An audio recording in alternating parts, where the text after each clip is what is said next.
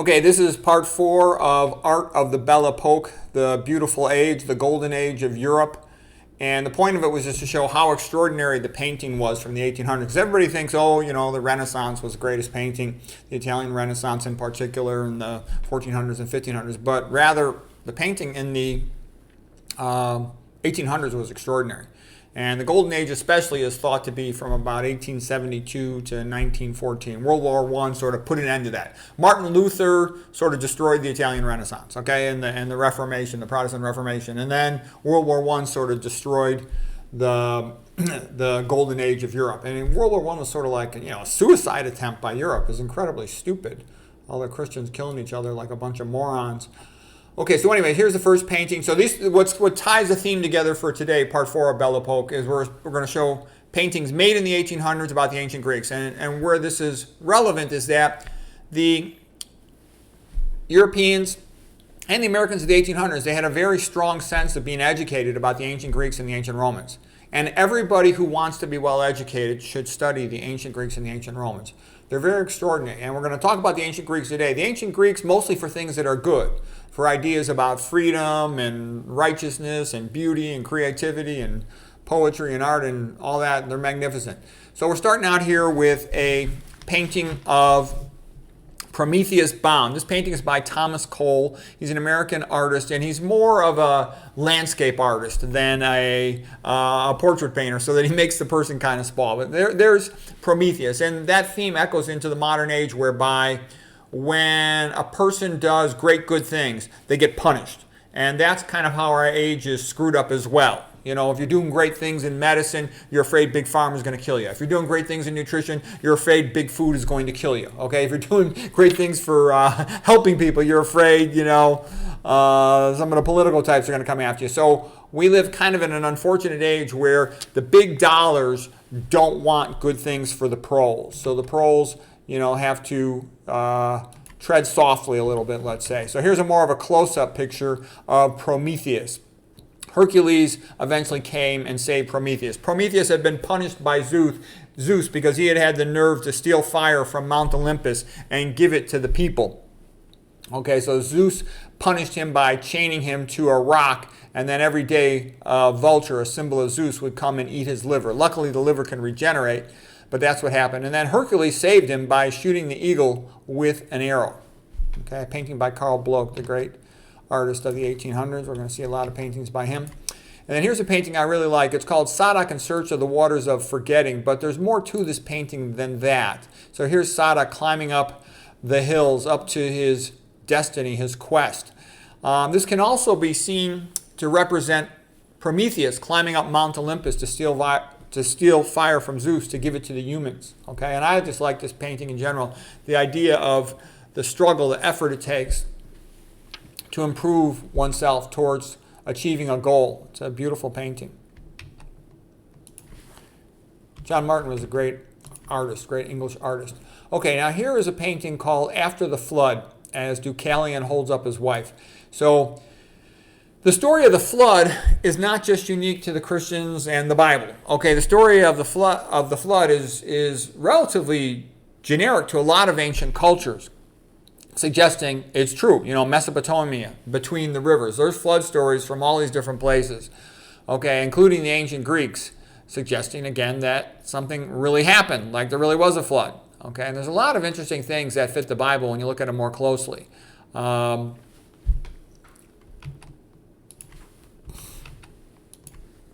here is the return of spring. So this is Persephone, the daughter of Demeter, goddess of the harvest. And Persephone had been kidnapped by Hades, the king of the underworld, taken underground, and made the two-backed beast with him, forced into that, and so-called ate the pomegranate seeds. And she thus couldn't 100% go back to living on earth with her mother. There's her mother Demeter, there's Persephone, escorted by Hermes. Hades is down in the underworld, the king of the underworld. But it's sort of the ancient Greek myth is the story of why there's a winter and then why spring comes. Spring comes when Persephone is returned to her mother, and she spends about half the year above ground and the other half below.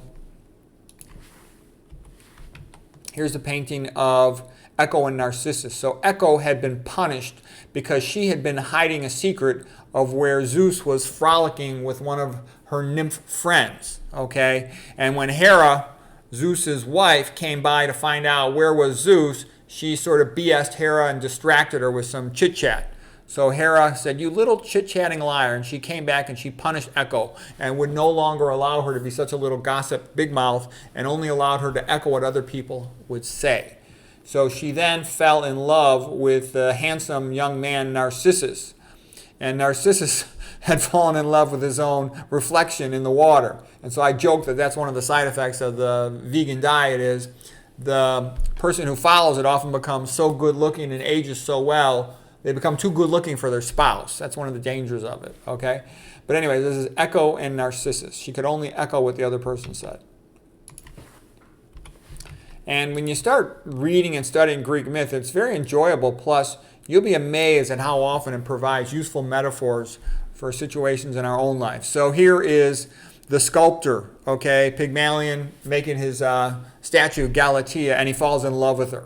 Okay, and there's a lot of jokes can come out of this, like Gerald Pollack, PhD. He's a scientist who figured out the fourth phase of water. I don't know if you know this, we're not going to get into this too much, but the fourth phase of water means that everybody knows that there's liquid water, there's water vapor, and there's ice, solid water. But there's actually a fourth phase of water, and that's a gel phase, kind of like Jell-O.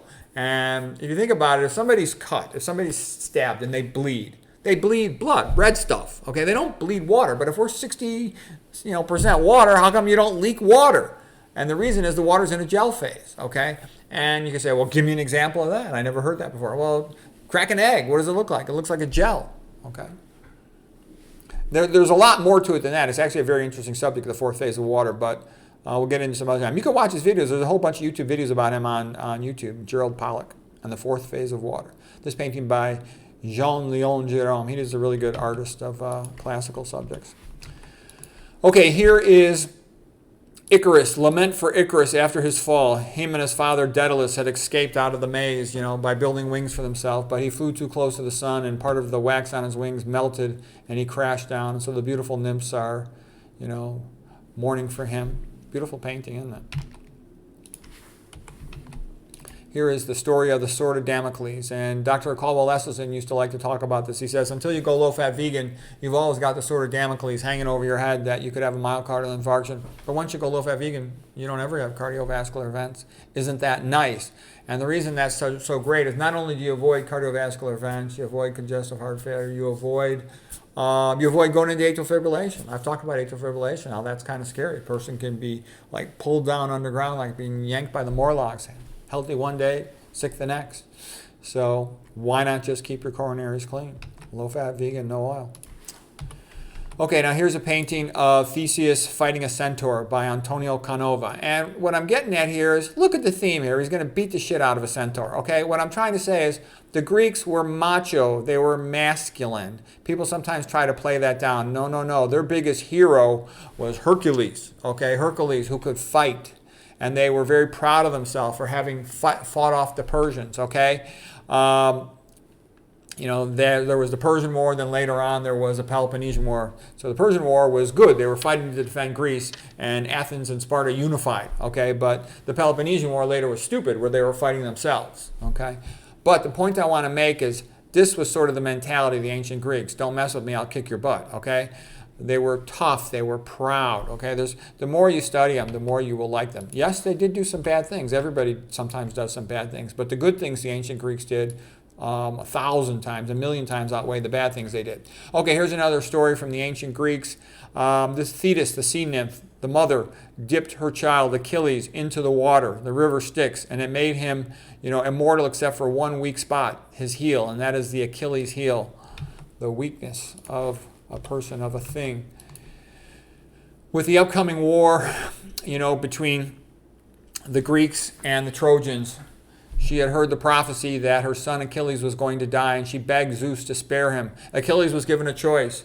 Either go fight in the Trojan War and achieve glory, eternal glory, and you will die, or live a quiet, peaceful life, and you'll live, but your life will be boring. And he chose to go and fight. And that's sort of the mentality of the ancient Greeks. So they're sending a message to the young people. The Iliad and the Odyssey were sort of like the Bible for the ancient Greeks. And they're saying, this is what a young man should do. he should fight for what they felt was right. Okay, and then afterwards, Cassandra was a princess of Troy. She was given the power of prophecy, except no one would believe her.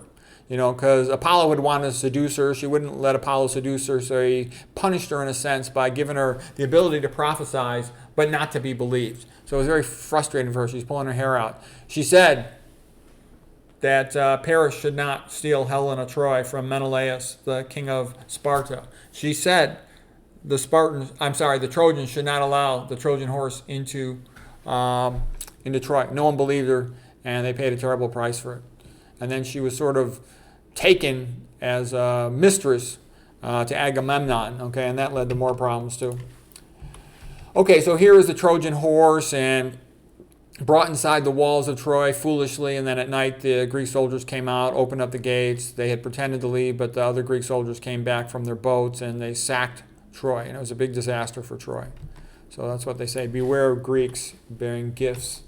Okay, later there's a story of Odysseus, trying to make his way home, and here he is, the great Cyclops monster Polyphemus has thrown a rock at them. Odysseus had made the mistake of shouting out that it was he, Odysseus, who had blinded Polyphemus, and that was a big stupid thing to do because Polyphemus was a child of Poseidon, the god of the oceans, who then took out more wrath against Odysseus and his men.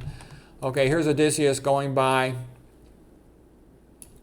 where the sirens were located, and they would very charming. Women can be very charming, as we all know, and all the men had covered their ears so they wouldn't be distracted by the sirens. But Odysseus just had himself tied to the mast so he could hear their song.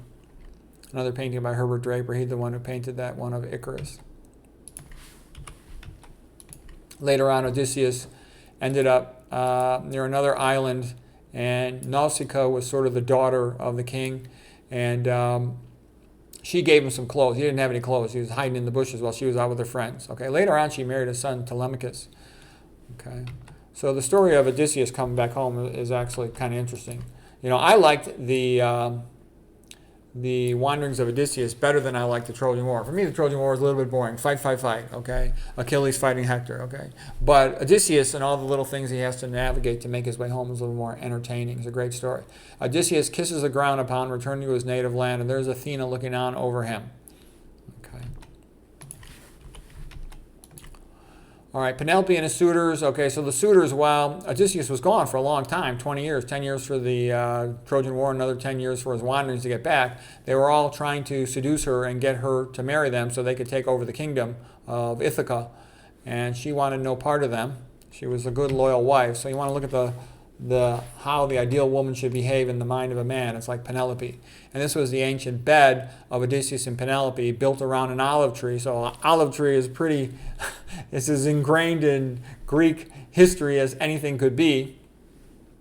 And he knew that they had that bed. That was one of the little questions she asked for him, to know if it was really him after all these years, when he'd come back after 20 years. Here's the apotheosis of Homer, how much they loved the guy. And, Homer had written the Iliad and the Odyssey, the Idiot and the Oddity, okay? And some people say it wasn't really written by Homer. Okay, yeah, it's just written by somebody who was like Homer. Give me a freaking break, okay? They try to do that with the Bible chapters, too. There's always some scumbag, phony scholar who tries to undermine history, okay? And so you should not fall for it. Western history is magnificent. The ancient Greeks are magnificent. There's nothing like them. All the ancient cultures really are, totally boring and lightweight compared to the ancient Greeks. They're magnificent, okay? It's one of the most valuable things you'll ever study in your life, is to get to know the history of the ancient Greeks better. Okay, it gives you hope and pride in what mankind could do.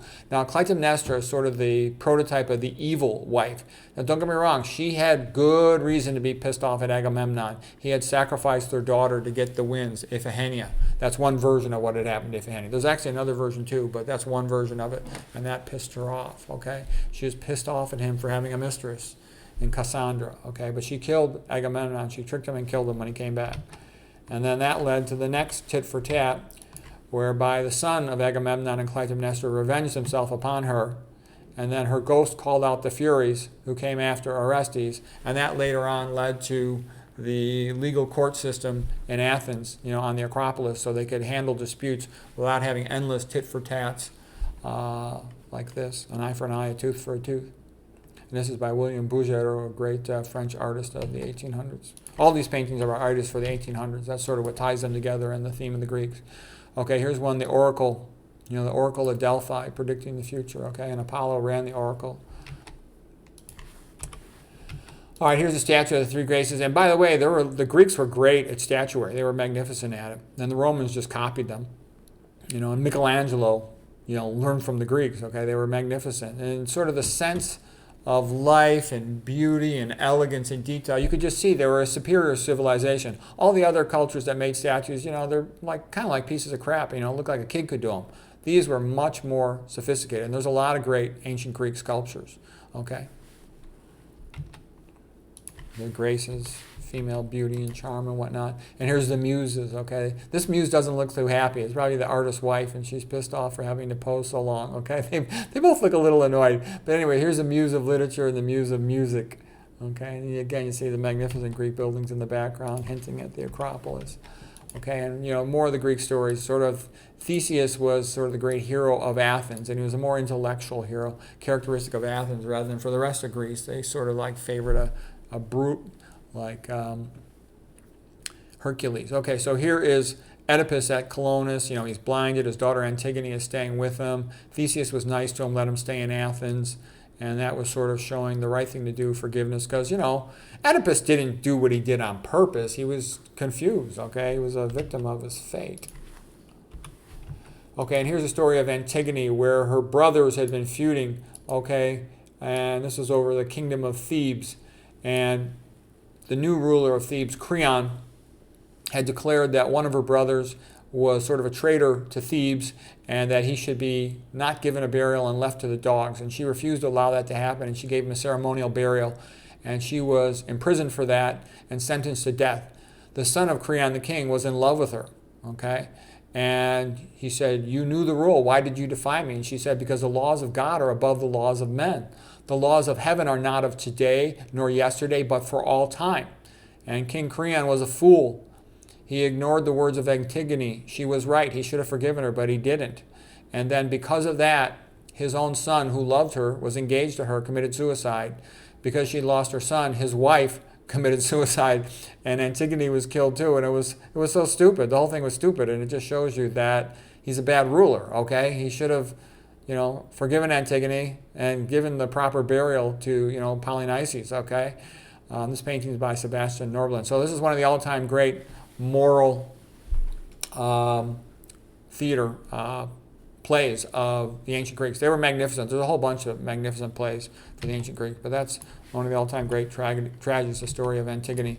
Here's just one scene from one of the Greek theater. This one is by Aristophanes. He's more of a comedic playwright rather than the great tragedians like Aeschylus, Euripides, and Sophocles. Okay, Aristophanes was the comedian, the one who wrote The Clouds, the play about Socrates, for example.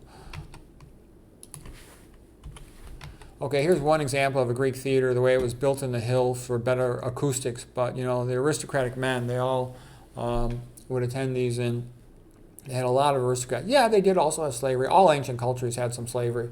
But the aristocratic men of ancient Greeks, especially Athens, were incredibly sophisticated. It was like a time of geniuses. Like about as high a concentration of geniuses you'll ever see anywhere in the history of the world. Okay, here's Phidias, the sculptor, and he built these great palaces with all these magnificent sculptures, and this was being shown to, Pericles, the leader of Athens, and Aspasia, his girlfriend, Aspasia was sort of like a Cartesian philosopher female. That gets into the heterae, the idea of the heterae usually being foreign from Athens, educated women who the men did find interesting. On the other hand, they didn't want the Athenian women to be educated because they felt they would be better wives if they were not educated. And that's a whole other topic which we're not going to go into today. Here's Edith Hamilton. She's a great scholar of ancient Greece. An American lady, brilliant. She spoke ancient. She could read the ancient Greek. She could read the ancient Latin, as a lot of people could in those days. They knew Latin and Greek. Here's one discus thrower, and she said the Greeks.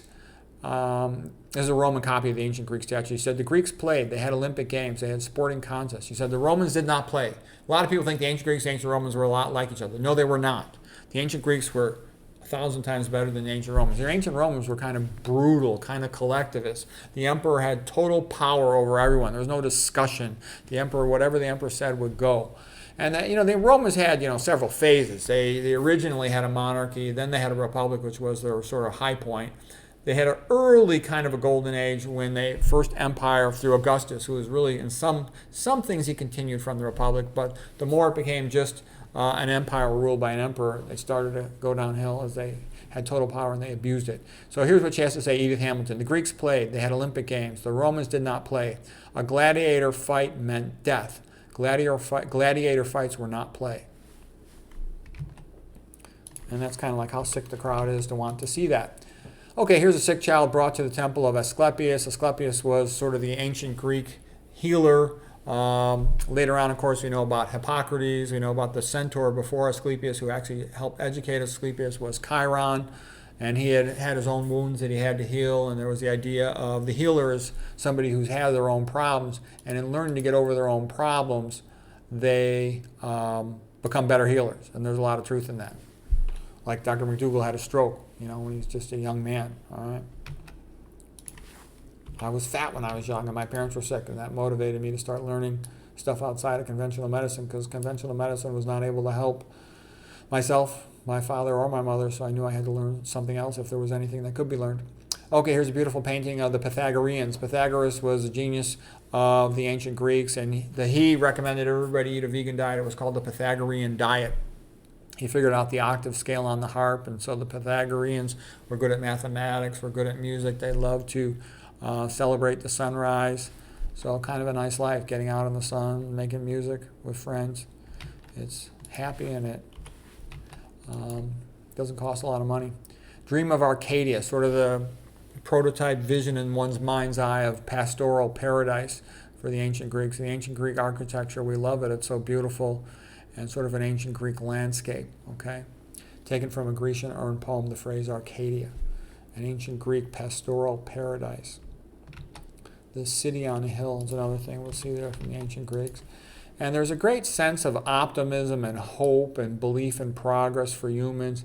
So here's the Greeks, building some of their ancient, magnificent buildings. So, the limited tools that they had, they made incredibly beautiful buildings like the Acropolis and beautiful sculpture. The ancient Greeks were quite amazing. And here's just a painting of the Acropolis, okay? The city on a hill.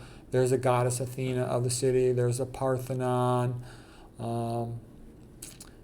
It's magnificent. The Areopagus, where they held their public events and trials.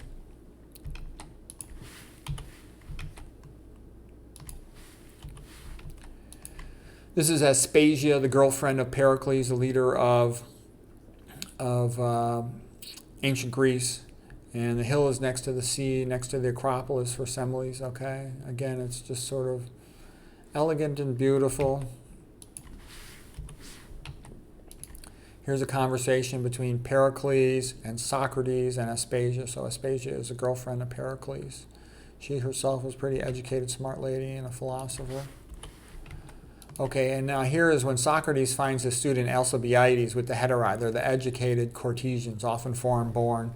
And Alcibiades was a brilliant young man and a bit of a wild man. And there's a lot of interesting stories about him when you study ancient Greece, including stories about him and the Peloponnesian War and his role in that, his role in the battle with Syracuse. It's all rather interesting. Here's a great famous funeral oration of Pericles, which is in the book The History of the Peloponnesian War by Thucydides. Okay, and again, you see, people had a chance to have their opinions spoken. There was free speech amongst the aristocrats, looking up at the magnificent city on a hill of the Acropolis. Western civilization and Christianity. Everybody talks about the Old Testament of the Bible. It has a tremendous amount, I would say even more, to do with the ancient Greeks than it does with the Old Testament. Don't get me wrong. I know the Old Testament is the foundation of Christianity. Yeah, I get all that.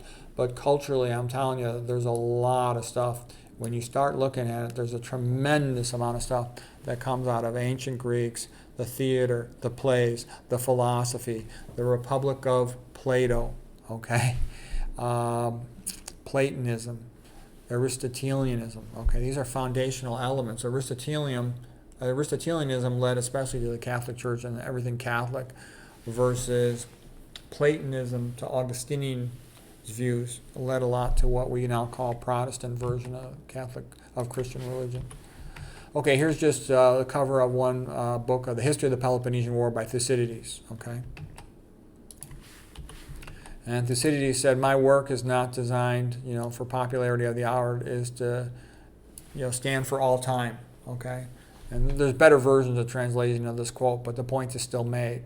He wasn't doing this to be popular. He was doing this to show mankind for the rest of time, as a gift to mankind, how humans actually behave. Okay, he had been sort of humiliated and disgraced and ostracized, claiming that he failed his duty as an admiral in the Athenian navy, and he sort of had some time to himself where he could write about the Peloponnesian War between Athens and Sparta. And it's really kind of a disgrace, because what you see is in these smaller countries, like the ancient Greeks, unless they're unified, they become weak, and an outside big power like Macedonia, in the case of the ancient Greeks, takes them over. Later on, ancient Rome took everybody over. But that's one of the most important things, and I've seen that pattern repeat itself. Like, my father's from Ireland, and Ireland itself could not unify its chieftains, and so they get their butt kicked by the larger forces of a national group like England, okay? And we saw something similar happen to Italy. Italy became weak because it wasn't unified. And that's a lot of what Machiavelli was all about, trying to get Italy to unify so that it wouldn't be so vulnerable to the French or to the Spanish or to Charles V, the Holy Roman Emperor, who came in and sacked Rome like in 1526 and destroyed the place. And like the modern Christians, because they're not unified, they're being sided all over the planet. The modern Christians are just too oblivious and stupid, and they're selfish, and they don't help each other. I see that too. Like, I've written all these books, and I get hardly any reviews on my books. Somebody from another ethnic group writes a book, and they get all these co-ethnics. They write a whole bunch of reviews. Okay. And Christians just sort of like go their own way, oblivious, and don't even realize they're being progressively, systematically genocided all over the world. Okay, here's Diogenes. He tells Alexander to stop blocking his sun. So, Alexander the Great says, he liked Diogenes. He's the great sort of homeless philosopher of the ancient Greek times. And Alexander the Great says, "Okay, you're cracking me up, Diogenes. I'll grant you whatever wish I can. Just go ahead and make one wish." And Diogenes said, "I wish you would get out of my sun." Diogenes was known for having a lantern, and he would walk around Athens and he'd say, "I'm trying to find one honest man. I can't find one honest man." He lived like a homeless guy. He would defecate in the streets. And the people really liked him, though, because he was very funny and he was honest about things. Here's a painting that I really like called Lost Illusion by Charles Gleyre, 1843. And it's sort of the reminder that, men, we're kind of made to work. We can work all day long. All this stuff about females being like us is total nonsense. Look at the powerful shoulders this guy has. He can work from sunrise to sundown nonstop all day. Look at the women. They got little shoulders like a child, okay? They don't have the physical strength to do the kind of work a man does, okay? Also, they're kind of designed, women, to understand children. Any guy who's had children knows that the wife and the grandma and his mom and his mother-in-law, they're just better at understanding the kid and figuring out what the kid needs. They just are. I mean, it's just an inborn thing. And so we like them more than they like us. And we enjoy all their singing and talking and playing and dancing and all that other stuff and the way they make the house, okay? And so this is the idea of the man is sad because he kind of sees them all going away right here. And I think there's something like that when the humanities of culture are taken away from mankind and he simply becomes sort of like a trade animal, like a slave. And there's a big element of that in our modern society. Notice our art museums. All the art is taken out and replaced with this phony modern art crap. Music is being destroyed by this pop culture, okay? So the arts are slowly being taken away, and it's important for Christians to learn their history, their traditions about the ancient Greeks, about the Renaissance, the Italian Renaissance, everything related to that. Good to know about the ancient Romans too, so you recognize BS. Good to learn about, the 1800s, the Belle Epoch, like what we're talking about today, the Golden Age of Europe, etc. So you see all this magnificent culture, and you have high standards. There's actually a lot of great artists today, but nobody knows they exist because they're not allowed in the museums. Museums have been taken over by the cow, and then the moon, then the East, that have destroyed them because they're hiding culture from the people because they want to degrade civilization. Modern art is not art, it is evil. It's the emperor's new clothes. And you should be very skeptical. Anybody who says it is, they've lost their respect. You should not respect them. They're illegitimate. If a child could make it, it ain't real art, all right? A lot of times it's to launder, dinero. Okay, here's a painting of the Parthenon by Edwin Church, and there's a great French philosopher, Jacques Barzoni, wrote the book Dawn to Decadence, The Dawn of Civilization to Decadence, and he said there should be a picture of the Parthenon in every school classroom. And it is true. If you learn the ancient Greeks, you recognize what the good things mankind is capable of. And if you learn the ancient Romans, you recognize the bad behavior mankind is capable of. And then you become less likely to get chumped into stuff. You don't believe the latest BS that comes along. Anyways, I hope you found that helpful. That's part 4 of the Belle Epoch, the Golden Age.